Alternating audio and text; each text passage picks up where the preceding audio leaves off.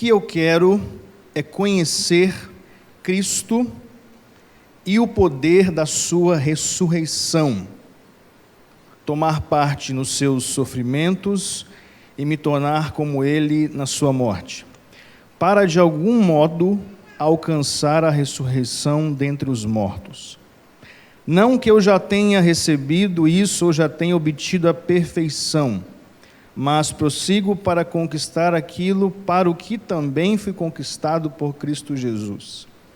Irmãos, quanto a mim, não julgo havê-lo alcançado, mas uma coisa faço, esquecendo-me das coisas que ficam para trás e avançando para as que estão diante de mim, prossigo para o alvo, para o prêmio da soberana vocação de Deus em Cristo Jesus. Amém? Glória a Deus. Nesse mês nós temos pensado nesse tema, mais um passo. O ano novo já passou, nós vimos um pouco sobre algo novo, né? E agora que o ano passou, vamos seguir a nossa vida, vamos mais um passo, vamos avançar. E eu não sei se você já parou para se perguntar, mas quando a gente normalmente dá um passo, a gente dá um passo para alguma direção. Por exemplo, o passo ele pode ser para frente, correto? Mas para onde? Para os lados, não é? E para trás. Desconsidere os passos diagonais, né? Porque diagonal é para frente, né? Então, para frente, para os lados e para trás.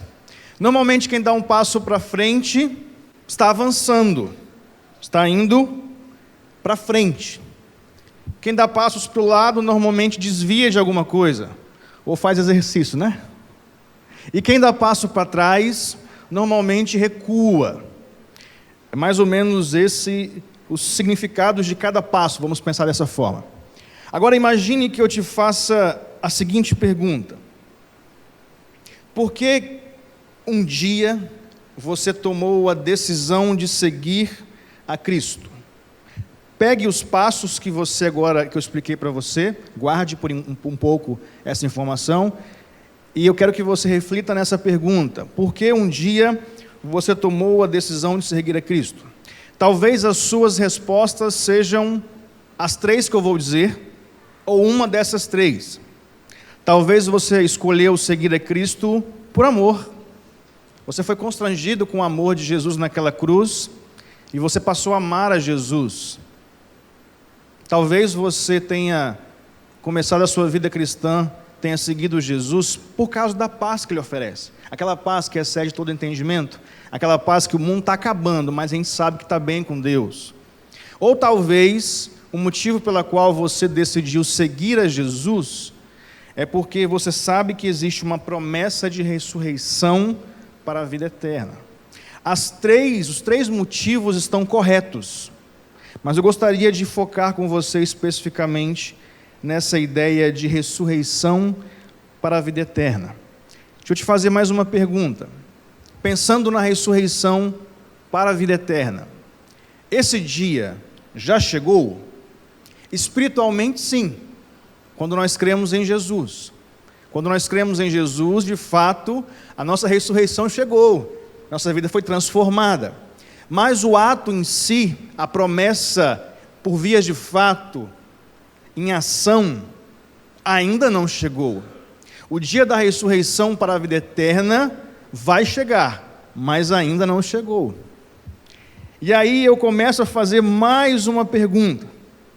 Você concorda comigo que pelo fato desse dia não ter chegado, que ele está no futuro, ok? Futuro é frente ou é trás? É frente. Vai pensando nas ideias comigo. Então, se o dia da ressurreição para a vida eterna ainda não chegou, se o futuro está na frente, agora volta para os passos. Se eu um dia almejo estar com Jesus Cristo, ser ressuscitado por Ele, conforme 1 Coríntios 14, há a possibilidade de nós um dia participarmos dessa ressurreição dando passos para trás? Não, isso é impossível. E é sobre isso que eu gostaria de brevemente pensar com você nessa manhã. O dia da ressurreição ainda não chegou, mas vai chegar. E enquanto esse dia não chega, o que eu devo fazer até que ele chegue? E é isso que o apóstolo Paulo está falando nos versículos de 10 a 14. O que eu devo fazer enquanto o dia da ressurreição para a vida eterna não chegou? E a primeira evidência que eu vejo no texto, a primeira coisa que eu preciso fazer enquanto o dia da ressurreição não chega, é dar mais um passo em conhecer a Jesus e o poder da sua ressurreição. Vou repetir. Enquanto o dia da ressurreição não chega, eu preciso dar mais um passo em conhecer a Jesus e o poder da sua ressurreição. Está dizendo isso no versículo 10, que nós lemos em Filipenses 3. Deixa sua Bíblia aberta. Hoje não tem projeção. Ótimo. O pessoal abre a Bíblia, né, pastor? Né? Tem que ser. E o versículo 10 diz o seguinte, meus irmãos. O que eu quero, Paulo falando isso, ok? O que eu quero é conhecer Cristo e o poder da sua ressurreição.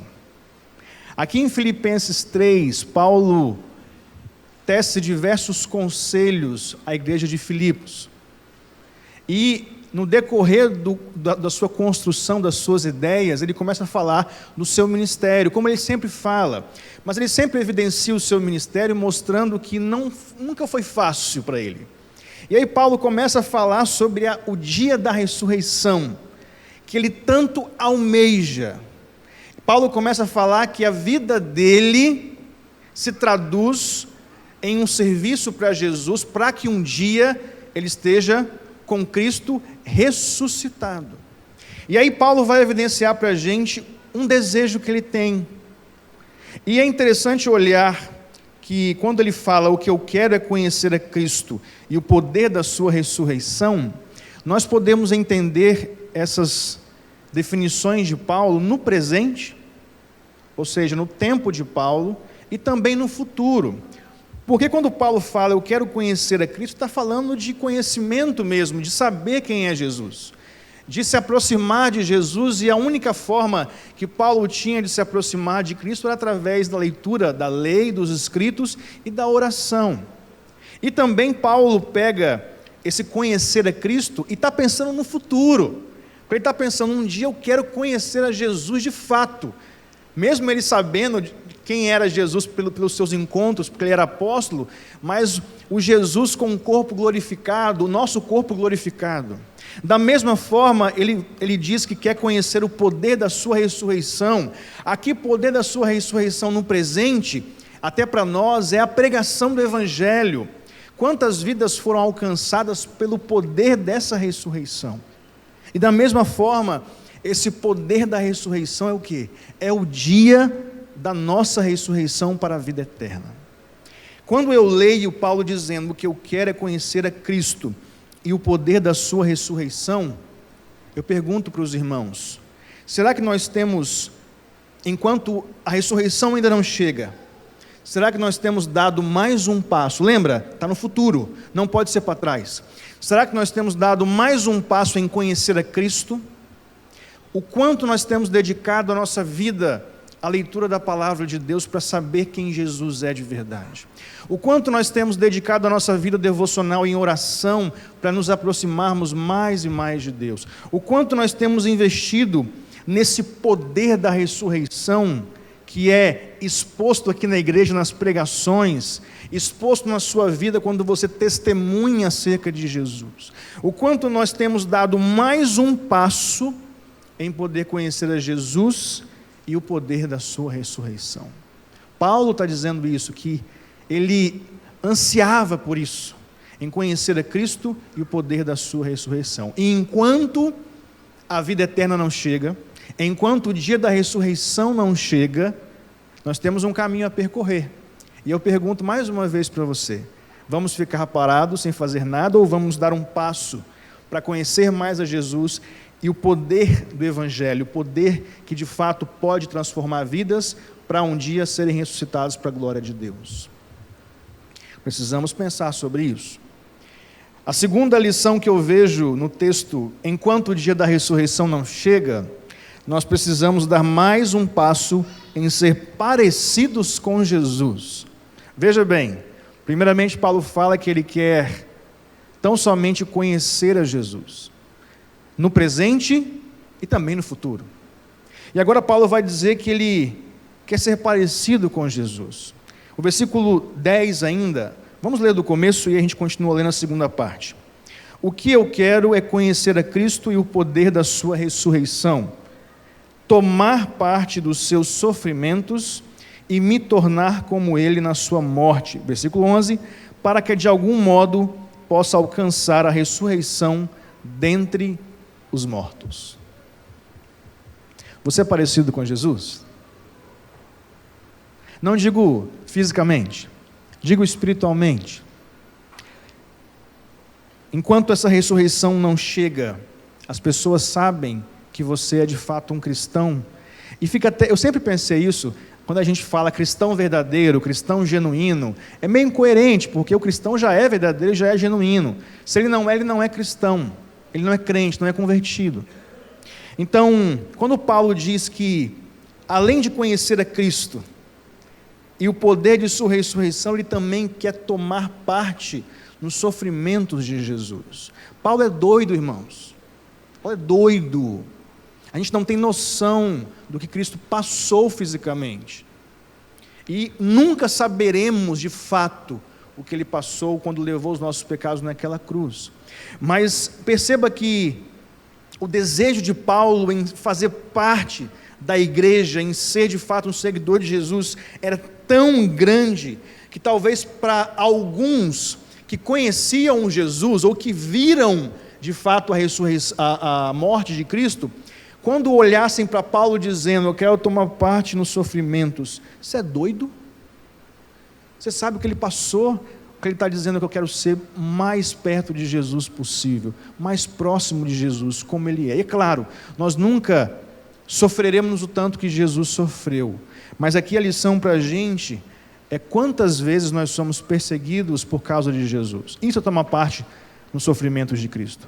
Quantas vezes nós somos humilhados por causa do nome de Jesus.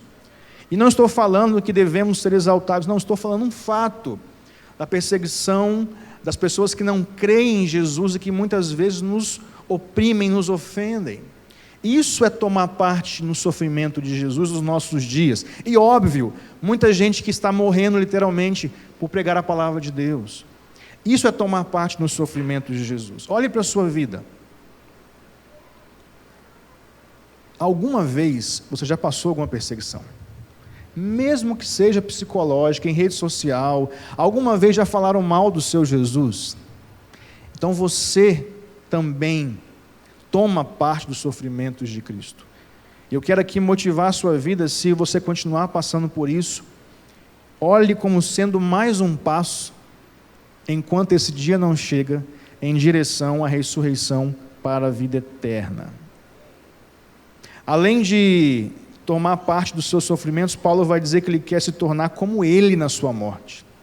É muito profundo, irmãos. E ele termina no versículo 11, a primeira parte, dizendo, para que de algum modo possa alcançar a ressurreição dentre os mortos. Desde o começo, esse é o objetivo do apóstolo Paulo. E tem que ser também o nosso objetivo. Lembra que eu falei no começo? Você segue Jesus por algum dos motivos que eu falei, por amor, pela paz, ou pela promessa de vida eterna. Talvez a promessa de vida eterna seja a maior evidência e esperança que nós temos porque seguimos a Jesus.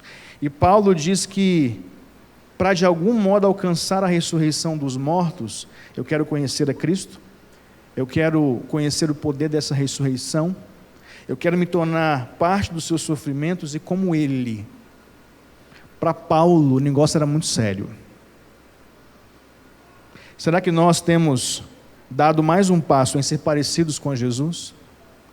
Precisamos pensar nisso. E por último, enquanto o dia da ressurreição não chega, enquanto o dia que nós estaremos com Jesus na vida eterna não chega, nós precisamos dar mais um passo para frente, deixando o passado para trás. O versículo 13 e 14 diz o seguinte, acompanhe comigo. Irmãos, quanto a mim, não julgo havê-lo alcançado, mas uma coisa faço, esquecendo-me das coisas que ficam para trás e avançando para as que estão diante de mim, prossigo para o alvo, para o prêmio da soberana vocação de Deus em Cristo Jesus. No começo eu falei que a ressurreição para a vida eterna ainda não chegou fisicamente para nós. De fato, está no futuro. E o que Paulo está dizendo para a gente é que, para que ele possa alcançar isso, o passado precisa ficar para trás. A direção precisa ser para frente. Não pode ser para os lados, não pode ser para trás, precisa ser para frente. Paulo era um judeu perseguidor de Jesus. E ele muda a forma dele de ver as coisas e deixa o passado para trás.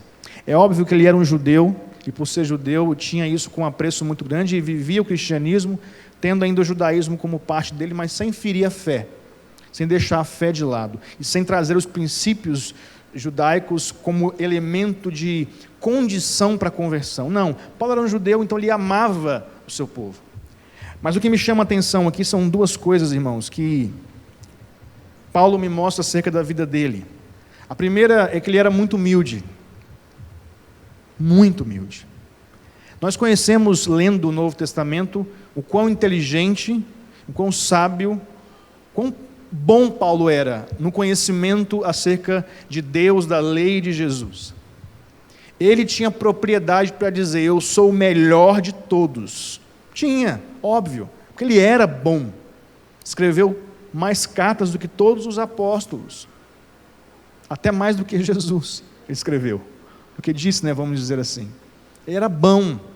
E o que me chama a atenção é ele dizer, quanto a mim, não julgo havê-lo alcançado. Paulo está dizendo, basicamente, eu creio em Jesus, mas eu preciso fazer muito mais. Ele não está ignorando a fé dele, e nem dizendo que para ser salvo precisa fazer mais alguma coisa. Não, o que ele está dizendo é que eu creio tanto em Jesus, eu quero fazer muito mais. Então eu acho que eu ainda não alcancei. Paulo está preocupado em passar para a igreja o exemplo de que, se nós pensarmos que a nossa decisão hoje e o não fazer nada é suficiente, isso vai fazer com que a nossa ruína chegue. Lembra de Tiago que ele fala, eu tenho uma fé e eu tenho obras, o que salva é a fé, mas por que eu não posso te mostrar a minha fé com as minhas obras? Então, irmãos, eu vejo Paulo olhando para frente e dizendo, falta muito ainda.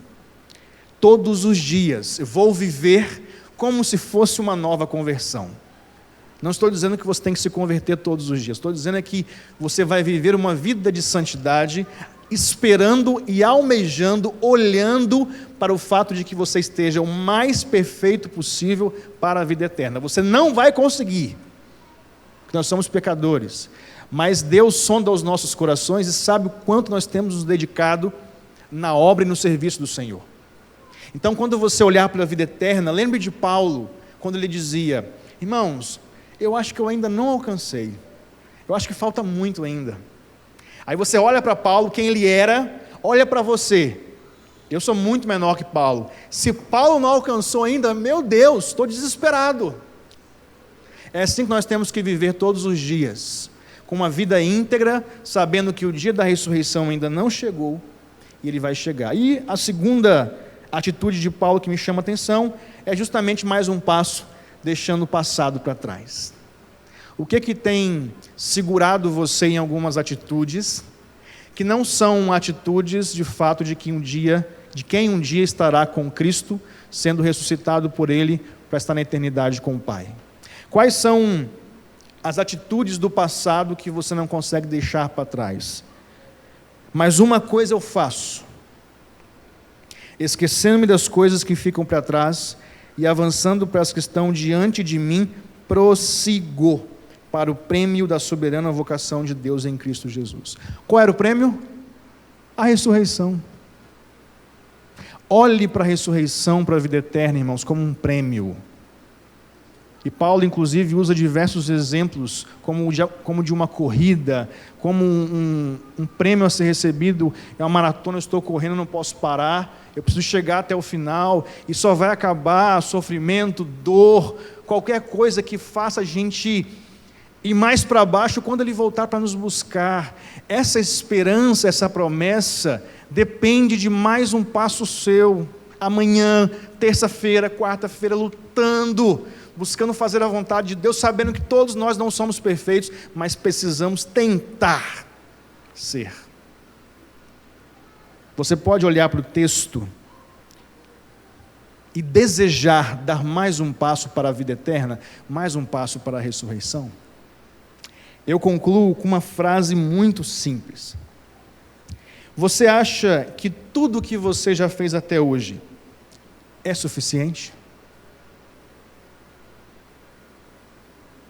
Você acha que tudo o que você já fez até hoje é suficiente? É uma reflexão para você pensar nessa manhã e depois de ir para casa e pensar mais um pouco e voltar à noite e continuar pensando, e vamos pensando junto até Jesus voltar. Porque, irmãos, é só quando Jesus voltar, é só quando formos ressuscitados, segundo 1 Coríntios 15, que de fato saberemos quão maravilhoso será estar com Jesus.